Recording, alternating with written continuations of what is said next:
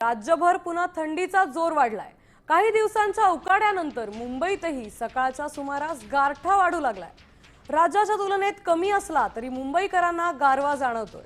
सांताक्रूज इथे किमान तापमान 17.2 अंश सेल्सिअस नोंदवण्यात आले, तर सोलापूर जिल्ह्यातील जेऊर इथे राज्यातलं नीचांकी म्हणजे 6.5 अंश सेल्सिअस तापमानाची नोंद झाली। विदर्भ, मराठवाडा आणि उत्तर महाराष्ट्रातही थंडीचा प्रभाव जाणवतोय। पुढील काही दिवस थंडी कायम राहण्याचा अंदाज हवामान तज्ञांनी व्यक्त केलाय।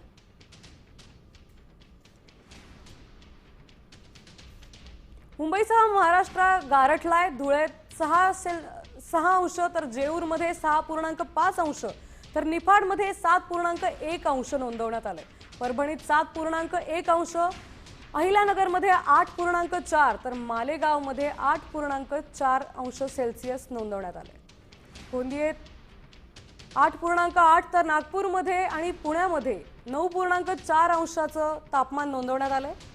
नाशिकमध्ये 9.9, जळगावमध्ये 10 अंश, तर मुंबईत 17 अंशाचं तापमान नोंदवण्यात आलं।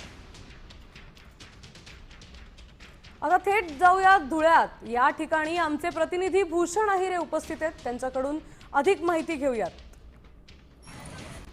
धुळ्यात गेल्या काही दिवसांपासून तापमानाचा पारा प्रचंड घसरला आहे।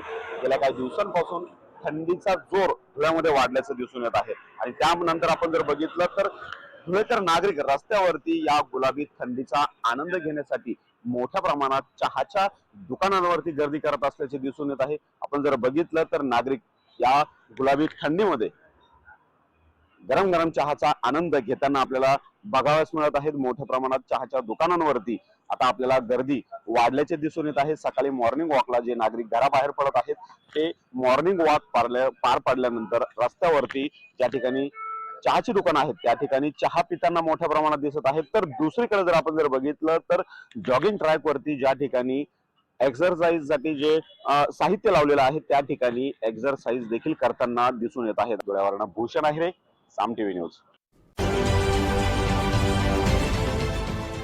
देश विदेशातील प्रत्येक घडामोडींचे लाईव्ह अपडेट मिळवण्यासाठी आता साम टीव्हीच्या सर्व सोशल मीडिया प्लॅटफॉर्मला लाईक, फॉलो आणि सबस्क्राईब करा। तसंच सर्व नोटिफिकेशनसाठी बेल आयकॉन प्रेस करायला विसरू नका।